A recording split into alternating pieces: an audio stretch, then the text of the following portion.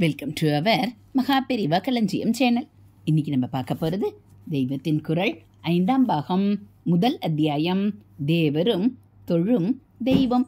அதில் அந்த ஸ்லோகத்திற்கு இந்த ஸ்லோகத்தின் அத்தாட்சி. அம்பாள் தம்மோடு சேர வேண்டும் என்று சுவாமி விரும்பினார். அவளுக்கு நமஸ்காரம் பண்ணினார். நமஸ்காரம் அவளுக்கு. ஆனால் அவர் விருப்பத்தை நிறைவேற்றியதோ விக்னேஸ்வரர். நான் நியாயாயேந்து சேகர ஸ்லோகம் சொல்லி இந்து சேகர சம்பந்தத்துக்காகவே சீதா ராவண சம்வாத ஸ்லோகம் சொல்லப்போக இதிலேயும் அதில் பார்த்த விஷயத்துக்கு அத்தாட்சி வந்து விடுகிறது. இப்படித்தான் பல நல்ல ரசமான சமாச்சாரங்களை எடுத்து போட்டுக்கொண்டு கொஞ்சம் அலசினால் எதிர்பார்க்காத புதையல்கள் அகப்படுகின்றன. இப்போது அகப்படும் புதையல் அந்த ஸ்லோகத்தின் தீர்மானத்திற்கு இந்த ஸ்லோகத்தில் கிடைக்கும் அத்தாட்சி அல்லது கன்ஃபர்மேஷன்.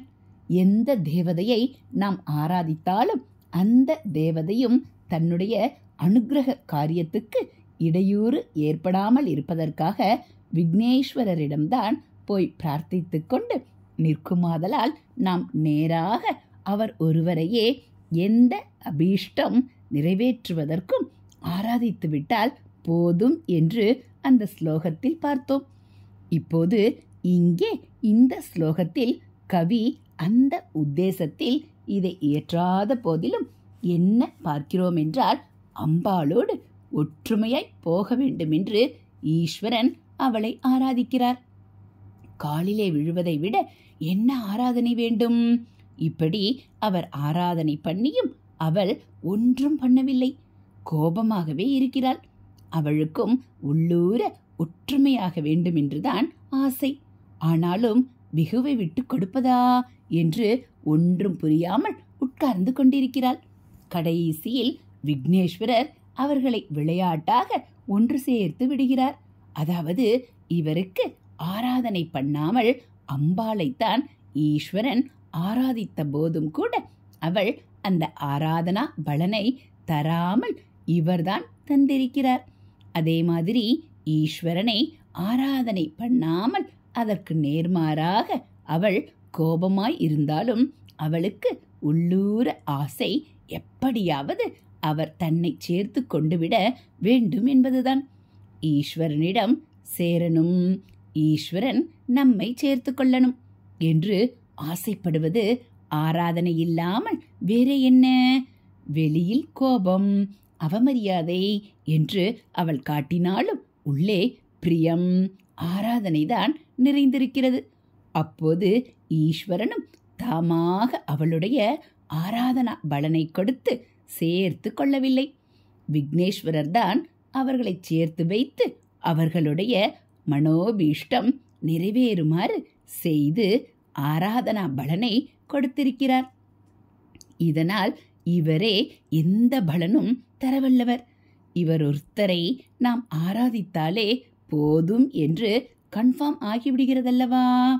மனுஷியர்களான நாம் தேவர்களிடம் பெறக்கூடிய அபீஷ்ட பூர்த்திகளுக்காக விக்னேஸ்வரரை பிடித்துவிட்டால் போதும் என்று அந்த ஸ்லோகம் காட்டிற்றென்றால், இந்த ஸ்லோகமோ இன்னும் மேலே போய் தேவர்களுக்குள் உச்சியில் ஈர்க்கப்பட்ட பரமேஸ்வர தம்பதியுமே தங்களுக்குள்ளே ஒரு விருப்பத்தை நிறைவேற்றிக் கொள்வது கூட இவருடைய சகாயத்தால் முடிகிறது என்று காட்டுகிறது. குழந்தை விளையாட்டாக அவர் அந்த பெரிய காரியத்தை பண்ணிவிடுகிறார். சகாயம் பண்ண வேண்டும் என்று தாம் உத்தேசித்ததாக கூட காட்டிக்கொள்ளாமல் இவர் என்னமோ விளையாடினார். அப்பா அம்மா ஒன்று சேர்ந்து விட்டார்கள் என்று நினைக்கும் விதத்தில் பண்ணிவிடுகிறார். இவர் நாம் மனசில் நினைக்கும் எல்லா அபிஷ்டங்களையும் சகல புருஷார்த்தங்களையும் சிந்தித்தார்த்தம் என்பது இவற்றைத்தான் நிச்சயமாக நிறைவேற்றி தரும் அனுக்கிரக மூர்த்தியாகத்தானே இருப்பார். இப்படி அவர் அருளட்டும் என்று கவி முடிக்கிறார். சர்வார்த்தங்களையும் தருவதில் பிள்ளையார் சதுரர் என்று நியாயேந்து சேகர ஸ்லோகம் சொன்னதற்கு கன்ஃபர்மேஷனாகவே இந்த ஸ்லோகம் நம்முடைய சிந்திதார்த்தங்களை பிள்ளையார் நிறைவேற்றி வைக்கட்டும் என்கிறது. ஹரஹர சங்கர, ஜெய ஜெய சங்கர. அடுத்து களபம். பிள்ளையாருடைய பெயரில் எதுவுமே ஸ்லோகத்தில் இல்லை. களபம் என்றுதான் வருகிறது.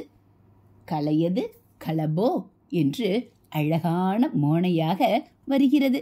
களபம், களபம் என்று இருவிதமாகவும் சமஸ்கிருதத்தில் வரும் ல ல வித்தியாசம் அந்த பாஷையில் பார்ப்பதில்லை. களபம் என்றால் யானைக்குட்டி. குட்டி யானை என்று சொன்னால் அதைவிட செல்லமாக இருக்கிறது. வேடிக்கையாகவே பெரிய காரியங்களையும் சாதித்தது தெரியாமல் சாதித்து கொடுத்துவிட்டு நாம் செல்லம் கொடுத்து கொஞ்சம் ஒரு விளையாட்டு ஜீவனாக இருக்க பிரியப்படுபவரை கணேசர், விக்னேஸ்வரர் என்ற மாதிரி பெரிய பெயர்களால் தெய்வமாக காட்டாமல் குட்டி யானை என்று சொன்னாலே சந்தோஷப்படுவார் என்றுதான் களபம் என்று போட்டிருப்பதாக தோன்றுகிறது. ஔவையார் அகவலை சீதக்களப செந்தாமரை பூம்பாத சிலம்பு என்று ஆரம்பிக்கிறாள். ஆனால் இங்கே களபம் என்பது யானைக்குட்டி இல்லை. யானைக்குட்டி சுவாமியின் பாதத்தில் குங்குமப்பூ, பச்சை கற்பூரம் முதலியவற்றோடு சேர்த்து அரைத்த சந்தனம் பூசியிருக்கிறது. கலவை என்றும் கலவை சந்தனம் என்றும் சொல்கிற அந்த கந்தோபசாரத்தை தான் களபம் என்றும் சொல்வது. இங்கே அகவலில் அதுதான் அர்த்தம். பெரிய யோகமூர்த்தியாக, அத்வைத ஞானமூர்த்தியாக பிள்ளையாரை ஸ்துதித்து அவ்வை பண்ணியது இந்த அகவல். அதனால் இதிலே பால லீலா பிரமாணாக விளையாட்டு பண்ணும் குட்டி யானையாக அவரை சொல்ல முடியவில்லை. அகவல் அறிந்தவர்களிடம் சிறிது உரையாடிவிட்டு அற்புதம் நின்ற கற்பக களிறு வித்தக விநாயக என்று அவரை உயர்ந்த ஸ்தானம் கொடுத்துத்தான் அவ்வை கூப்பிடுகிறாள். யோக சாஸ்திர ரகசியங்களை சொல்ல வந்த நூலில் அவரை அப்படி காட்டுவதுதான் ஔசித்யம், உசிதமானது. ஆனாலும் குட்டி யானையாக அவர் விளையாடி கொண்டிருப்பதையும் கொஞ்சம் கோடியாவது காட்டாமல் விடக்கூடாது என்று அவளுக்கு இருந்திருக்கும் போலிருக்கிறது.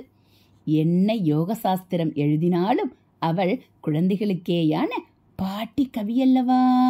குழந்தைகளுக்கு மிகவும் பிரியமான யானைக்குட்டியை மறைமுகமாகவாவது சொல்லாமல் விடக்கூடாது என்றே புரிஞ்சுக்கிறவா புரிஞ்சுக்கட்டும் என்று எடுத்த உடனேயே சீத்த கலப என்று போட்டுவிட்டாள் என்று தோன்றுகிறது.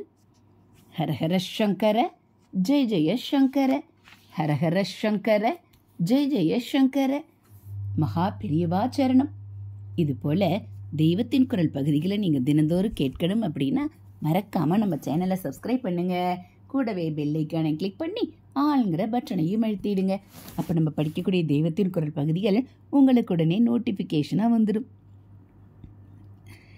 தெய்வத்தின் குரல் 7 புத்தகங்கள் வாங்க முடியாதவங்க நம்ம சேனலில் வரக்கூடிய பிளேலிஸ்டில் போய் பார்த்தீங்க அப்படின்னா தெய்வத்தின் குரல் முதல் பாகம், 2ஆம் பாகம், 3ஆம் பாகம், 4ஆம் பாகம் எல்லாம் படித்து மொத்தமாக இருக்குது.